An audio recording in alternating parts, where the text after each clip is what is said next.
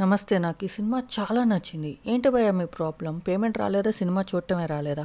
అక్కడ ఉన్న సిచ్యువేషన్కి తగ్గట్లో ఉన్న ఒక పోలీసు, కలుపు మొక్కల సామ్రాజ్య రాజుకు తగ్గట్టు ఉన్న ఒక తమ్ముడు, కథకి తగ్గట్టు ఉన్న అన్ని మెయిన్ క్యారెక్టర్స్ ఉన్నాయి, ఎంగేజింగ్ సీన్స్ ఉన్నాయి, కాటేరమ్మ కోడలి షార్ట్స్ ఉన్నాయి. ఇంకా ఇంకా ఏం కావాలి అసలు మీకు? ప్రతిదీ నెగిటివ్ టాక్ చేసేస్తున్నారు. స్మగ్లింగ్ చేసుకునే క్యారెక్టర్ని ఇలా లేపకూడదు. క్యారెక్టర్ని అంటున్నాను, యాక్టర్ని కాదు. ఆగండి, ఇలా చెప్పాలి. This is not blood bath, this is అసుర వధ. దసరా రాకముందే అమ్మవారిని చూస్తున్నట్టు అనిపించింది. లవ్ పేరుతో పంపర్ బన్స్ పనులు చేయకూడదు. ఇద్దరు కళల్ని ఒకళ్ళే బ్రతకాలి.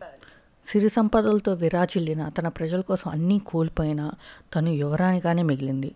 నెల్లూరిలా నడిచిన తన పాదాలు తన ప్రజల రక్షణకై రక్తస్నానమై తనను మహారాణిని చేశాయి. This is for queen Anushka.